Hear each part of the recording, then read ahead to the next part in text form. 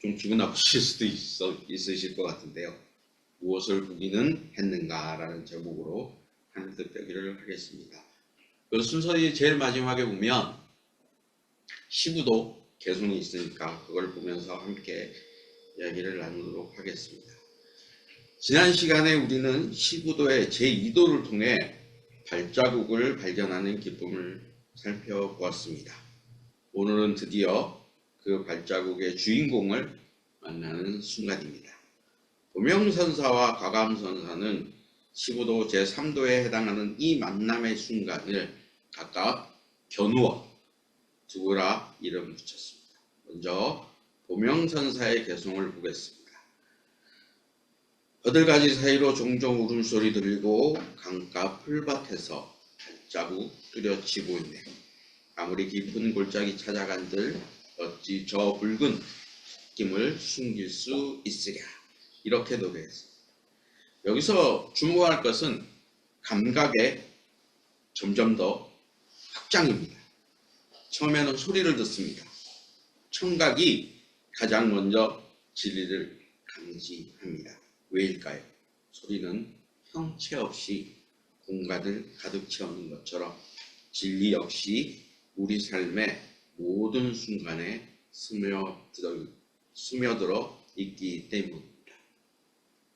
그 다음 발자국을 봅니다. 시각적 확인입니다. 그리고 마지막으로 붉은 콧김을 느낍니다. 이는 단순한 온기가 아닙니다. 생명의 숨결입니다. 진리가 단순한 관념이나 사상이 아닌 생생한 실제임을 알려주는 증거입니다. 특히 버들가지와 강가 풀밭이라는 이미지는 의미심장합니다. 버들은 바람에 쉽게 움직이고 풀은 계절에 따라 시들었다가 다시 피어납니다. 변하는 일상 속에도 진리는 변함없이 그 자리에 있음을 암시합니다. 근데 제가 이렇게 말씀을 드리지만 사람들에 따라 이게 좀 다를 겁니다. 어떤 사람들은 시각적 이미지에 먼저 이렇게 반응하는 사람이 있고 어떤 사람들은 또 청각적인 이미지에 청각에 굉장히 먼저 반응하는 사람이 있습니다. 여러분들은 어느 쪽이신지 모르겠습니다. 우리 정현 시아님은 시각과 청각 중에 어느 것이 먼저 반응하세요? 그때 다르다. 아, 예. 우리 고목사님은 뭐에 제일 빨리 반응하세요? 시각과 청각 중에 청각인 것 같습니다. 아, 청각이? 네. 그렇군요. 우리 재영 시아님은 뭐에 먼저 반응하세요? 저도 청각인 것 같습니다. 청각. 아, 그러시군요. 저는 시각인 것 같아요. 눈에 먼저 제가 약간 난청이 있는지 뭔지 잘 모르겠는데 이 소리를 듣는 것보다 눈에 보이는 걸 빨리 반응을 해요. 그래가지고 그런데 이게 제 경우인데 시각이 먼저 발동을 하니까 이상하게 실수하는 때가 많아요. 그러니까 눈에 먼저 보이니까 그거 가지고 판단을 하니까 이상하게 실수를 많이 하더라고요. 이게 사람에 대해서 사람을 보고 시각적으로 먼저 빨리 반응을 하고 그러니까 그 사람이 뭔 이야기를 하는지 잘 집중을 못해요. 그래서 어떤 분들은 저한테 그런 오해를 좀 많이 받으실 것 같아요. 쟤는 내 말도 안 듣고 저렇게 뭘 주저리 얘기하냐 뭐 이런. 그래서 저 사람은 내 말에 집중을 안 하나 뭐 약간 그런 오해를 하시는 경우도 있는 것 같고 그런 이야기를 제가 종종 듣거든요. 근데 마음은 안 그런데 제가 시각적으로 반응을 빨리 하니까 그런 경우가 많이 생기는 것 같아요. 그러니까 누구 말을 잘 제가 그러지는 않은데 그런 오해를 종종 받아가지고 좀 그런 경우 있고. 그래서 청각에 이렇게 반응하신 분들은 저보다는 그런 오해를 좀 덜 받으실 것 같다. 좀 그런 생각이 듭니다.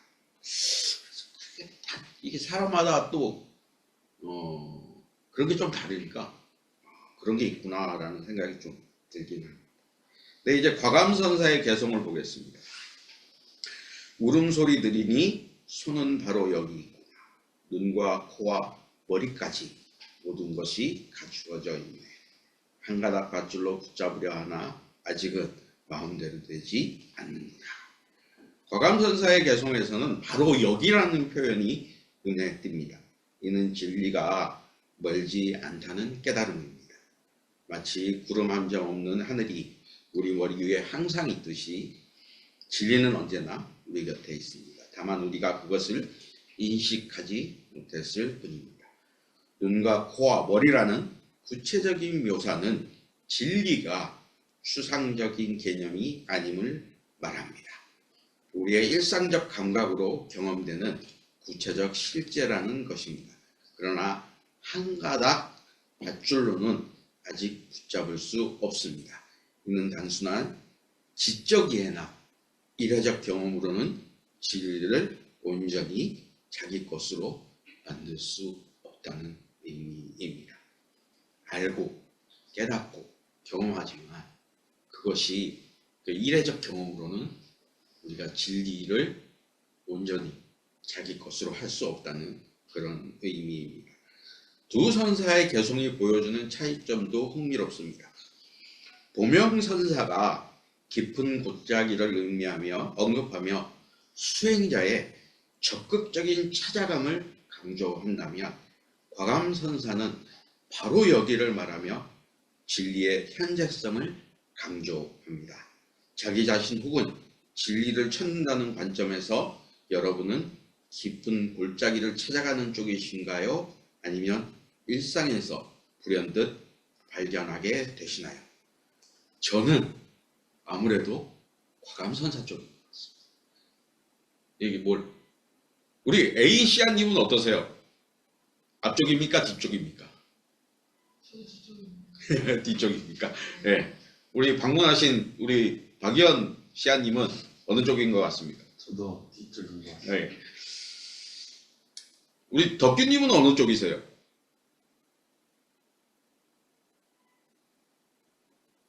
저도 좀 어리석은 쪽이죠. 아, 예. 이게 사람마다 이게 또 달라요. 다 다르고 이렇게 하는데 이게 나중에 말씀드릴 건데 어쨌든 저는 일상에서 벗어나는 걸 별로 그렇게 즐겨하지 않는 사람. 어쨌든 이제 성서를 보겠습니다. 살펴보겠습니다. 처음에 읽은 레위기 9장 22절에서 10장 3절은 법으로 가득 찬 레위기에서 레위기 24장과 함께 유일한 서라본입니다. 그러니까 법만 꽉 차 있는 이 레위기에 이야기를 전하는 유일한 두 개의 본문이 오늘 레위기 10장과 레위기 24장입니다. 자세히 이야기할 수 없지만 레위기 10장과 24장을 주의 깊게 살펴보면 두 본문 모두 무엇인가를 잘못 사용한 것에 대한 대가로 읽을 수 있습니다. 오늘 레위기 10장은 야훼께서 명하지 않은 이상한 불을 사용했다가 참사가 일어납니다. 문제는 레위기 9장까지 명하신 불이 무엇인지 명확하게 드러나지 않습니다. 그러니까 이게 내가 명한 불 그리고 이상한 불 이게 레위기 9장 이전까지 뭔가 이렇게 명확하게 드러나지가 않아요. 그래서 10장에 갑자기 이상한 불을 들였다 이 말 자체가 굉장히 이상한 겁니다. 그래서 구약학자들은 이에 대해서 논쟁합니다. 어떤 학자들은 이 본문이 제사장 집단 간의 갈등을 이야기한다 이렇게 얘기를 합니다. 어느 제사장 집단의 몰락이 필연적이다. 그래서 그러니까 제사장 집단이 여러 개가 있는데 이 제사장 집단이 몰락할 수밖에 없는 필연적인 것을 보여주는 본문이다. 이렇게 얘기를 합니다. 문맥상 오늘 읽은 9장은 상당히 밝고 장엄한 분위기로 마무리되지만 정말 뜬금없이 10장에 들어서 참사가 발생해 연속성이 없는 것처럼 보여줍니다. 그래서 그 근거를 여기서 찾고 있습니다. 이에 반해 어떤 학자들은 아론 제사장 집단을 두둔하기 위해 편집되었다고 강조합니다. 아론의 네 아들 중 첫째와 둘째 아들에게 속하는 나답과 아비후가 참사를 겪었지만 이후 남은 셋째와 넷째 아들은 아버지 아론을 이어 특히 셋째 아들은 대제사장의 역할을 잇고 강력한 제사장 권력을 만듭니다. 그러니 이 부분이 앞장과 문맥적 흐름이 없는 걸 감안하더라도 아론 계열의 제사장 집단이 야훼의 명령을 어겨 벌어진 참사 이후에도 강력한 제사장 역할을 이어가고 있는 본문이라고 주장합니다. 사실 저는 갈등이 있고 그래서 한 제사장 집단이 몰락했다 요 이야기보다는 아론 제사장 계열이 그래도 강력한 제사장 역할을 하고 있다라는 요 해석에 저는 좀 동의하는 편입니다. 만약 아론 계열 제사장들의 몰락에 대한 역사적 근거를 제시하기 위해 여기 이 본문을 위치시켰다면 이후 아론의 두 아들들도 사실은 역사의 무대에서 사라졌어야 합니다. 하지만 오히려 셋째 아들이 아버지 아론을 이어 대제사장이 된 것을 감안한다면 아무래도 설득력이 없습니다. 또한 이 본문에서 모세와 아론이 율법 해석의 문제로 논쟁하는 장면이 등장합니다. 이 장면에서 아론은 모세를 설득하고 법 해석자로 자리매김합니다. 그러니까 이거를 생각해 보세요. 하나님과 직접 대면해서 법을 수여한 사람은 모세입니다. 그거에 비해서 아론은 모세의 이야기를 백성들한테 전하는 역할을 합니다. 그러면 사실 누가 더 권위가 있겠습니까? 말할 수 없이 모세의 권위가 있습니다. 그런데 법을 둘러싸고 모세와 아론이 논쟁을 펼칩니다. 그때 논쟁이라기보다 뭐 그렇습니다. 그때 아론이 모세를 설득합니다. 그리고 법을 해석하는 자로 등장합니다. 굉장히 엄청난 본문입니다. 10장을 읽어보시면 그런 장면이 등장하는데요. 결국 하나님께 야훼께 법을 받아서 선포한 사람보다 그 법을 해석하는 사람이 그러니까 더 위로 올라가는 굉장히 기이한 장면입니다. 이 장면은 이스라엘 역사의 한 분기점을 만든 장면입니다. 그렇습니다. 쉽게 예를 들면요. 제가 이렇게 하늘도 표기를 하고 있는데요. 그래서 누군가 논쟁이 붙습니다. 그런데 고목사님이 갑자기 그건 그렇게 해석하면 안 되고 이렇게 해석해야 됩니다. 라고 얘기를 하는 순간 모든 게 다 정리가 됩니다. 모든 권위가 고목사님한테로 다 가는 거죠. 말을 전하는 제가 아니라. 이게 쉽게 비유를 들면 이렇게 예를 듭니다. 일대 사건입니다. 사실 이거는 학자들은 별로 주목하지 않는 본문인데요. 저는 이 본문이 이 10장에 나타나는 본문이 전 이스라엘에서 제사장의 권위와 권력이 여기서 바로 드러나는 것입니다. 그런데 재미있는 건 다만 그 고난이 야훼께서 명하지 않은 이상한 불을 사용해 일어난 참사라는 것을 명확히 하며 야훼의 법을 강조하는 본문입니다. 이렇게 해석할 수 있을 것 같습니다. 아무리 야훼께 선택받은 대제사장 아론의 아들들일지라도 야훼의 법을 어기는 것에 있어서는 그 지위 고하가 없다는 강력한 경고로 읽힙니다. 이제 두 번째 성서를 읽어봅니다. 사도행전 본문은 이른바 다메섹 도상의 바울의 회심 사건입니다. 내용에 있어서는 조금씩 차이를 보이지만 다메섹 도상에서 바울의 체험이 사도행전에 두 번 더 등장합니다. 바로 22장과 24장에 기록되어 있습니다. 언급드렸지만 내용상에서는 조금씩 차이를 보이지만 그 큰 줄기는 일치합니다. 사울이었던 바울이 예수를 따르는 집단을 박해하는 선봉에 서 있었습니다. 그리고 시리아의 다메섹, 지금의 지명으로 하자면 다마스쿠스를 향해 가다가 큰 빛을 보았습니다. 예수의 음성을 듣습니다. 그리고 3일간이나 시력을 잃습니다. 이 사도행전 본문을 조금 가볍게 해석하자면 이 또한 무엇인가를 잘못 알고 사용하는 사람의 모습을 보여줍니다. 즉 사울이라고 하는 바울이 예수에 대해 그리고 예수를 따르는 사람들에 대해 크게 오해하고 있었다는 것입니다. 이는 예수에 대한 좀 어려운 말로 하자면 해석 차이에서 비롯된 것입니다. 물론 그때나 지금이나 유대인들은 예수를 메시아로 인정하지 않는다는 것은 유대인에게 당연한 것입니다. 하지만 그리스도인의 입장에서는 오해로 읽을 수 있습니다. 오해라는 관점에서 이 본문을 읽는다면 오해의 교정이 예수를 통해 이루어지는 모습입니다. 예수 자신도 예수를 따르는 사람들도 오해하고 있는 바울에게 나타난 예수께서 그 오해를 바꾸어 주시는 장면입니다. 원시 그리스도교의 일대 사건입니다. 마지막 세 번째 복음서 본문을 읽어봅니다. 너무 유명한 본문이라 여러분들에게 따로 설명이 필요 없는 본문이지만 오해라는 관점에서 이 본문을 읽어보겠습니다. 사실 저는 이 본문이 굉장히 뜬금없어 보입니다. 다른 게 아니라 시몬 베드로의 고백 때문입니다. 예수께서 명령하신 대로 고기를 많이 잡았는데 갑자기 이런 말을 합니다. 저한테서 떠나십시오. 저는 죄인입니다. 주님. 저는 잘 이해가 안 돼요. 이 본문이. 그때나 지금이나 잘 이해가 안 돼요. 예수님께서 말씀하셨으면 그래서 고기를 많이 잡았으면 감사합니다.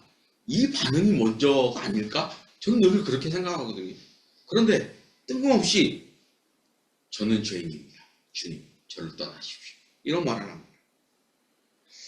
그런데 말씀드린 대로 오해라는 관점에서 보면 시몬 베드로가 예수에 대해 무엇인가 오해하고 있었다는 점이 드러납니다.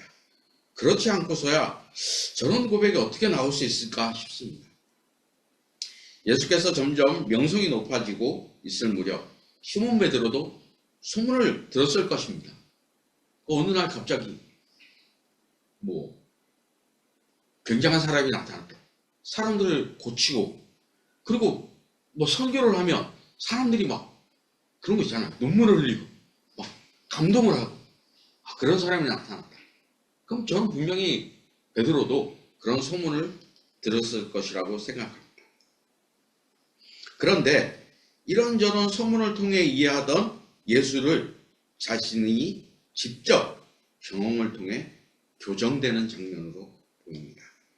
과한 해석이라고 핀잔 들었을 것 같지만 저는 레위기, 사도행전, 누가복음 모두 무엇인가에 대한 오해에서 비롯된 것을 다루는 것으로 읽힙니다. 야훼께서 명하지 않은 이상한 물을 사용했던 나답과 아비, 역사적 예수와 이를 따르는 사람들에 대해 오해했던 사울이라는 바울, 예수에 대해 오해하고 있었던 시몬 베드로, 오해와 이해의 경계선을 보여주는 본문들로 읽을 수 있을 것 같습니다. 이제 말씀을 마무리하도록 하겠습니다. 시부도 자체가 그렇듯 두 계속 모두 완전한 성취가 아닌 과정의 한 단계를 보여줍니다. 붉은 콧김은 아직 직접적 대면이 아닌 기척이며 마음대로 되지 않는 상태는 여전히 미완의 단계입니다. 신학적으로나 성서 주석학이라는 측면에서 보면 다분히 억지스러운 면이 있지만 저는 오늘 세 본문이 도상을 향해 가는 과정에서 벌어지는 에피소드로 읽힙니다.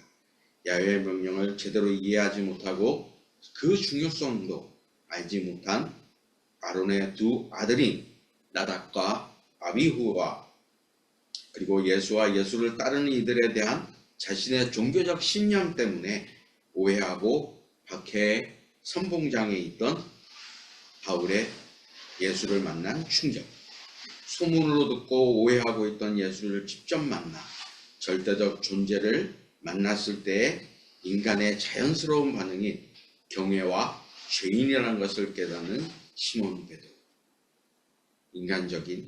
너무나 인간적인 현상과 반응이 아닐까 합니다. 본명선사와 과감선사는 자기 자신과 진리를 찾아 나섰다가 소를 보고 소를 얻게 되는 한 장면을 노래했습니다. 거기에 있었다는 것을 깨닫습니다. 어쩌면 이 장면마저도 오해를 이야기하고 있는 것으로 읽힙니다. 거기에 늘 있었는데 왜 이제서야 저것이 소라는 것을 알게 되었을까요? 그것이 일상이기 때문일까요? 나답과 아비후, 바울과 시몬 베드로는 야훼와 예수라는 일상을 드디어 만나게 됩니다. 그런데 밝혀진 사실은 전부 오해하고 있었다는 것입니다.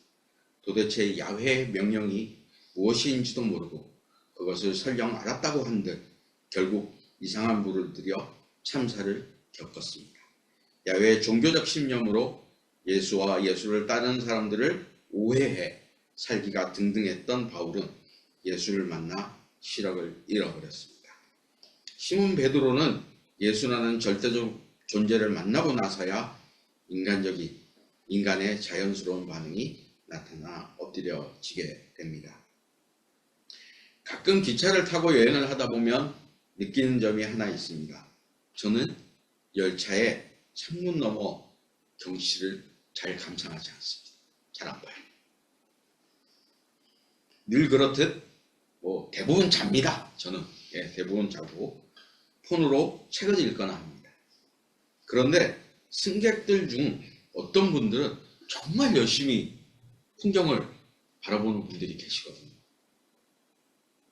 일상을 벗어나는 사람과 일상을 이어가는 사람의 차이가 아닐까 합니다. 저는 일상을 벗어나는 순간들을 참 버거워합니다. 장애인이기 때문입니다. 내게 익숙하지 않은 공간과 일들이 닥치면 참 힘들어집니다. 그래서 일상을 벗어나는 활동을 잘 하지 않으려고 합니다. 하지만 일상을 잠시 벗어나야 일상을 볼 수 없었던 것들이 분명히 보이기도 합니다. 10도 제3도와 새 성서 본문은 일상에 푹 잠겨있던 사람들이 일상을 벗어난 충격이 가해질 때 진리를 만나게 되는 장면을 그려놓은 것이 아닐까 싶습니다.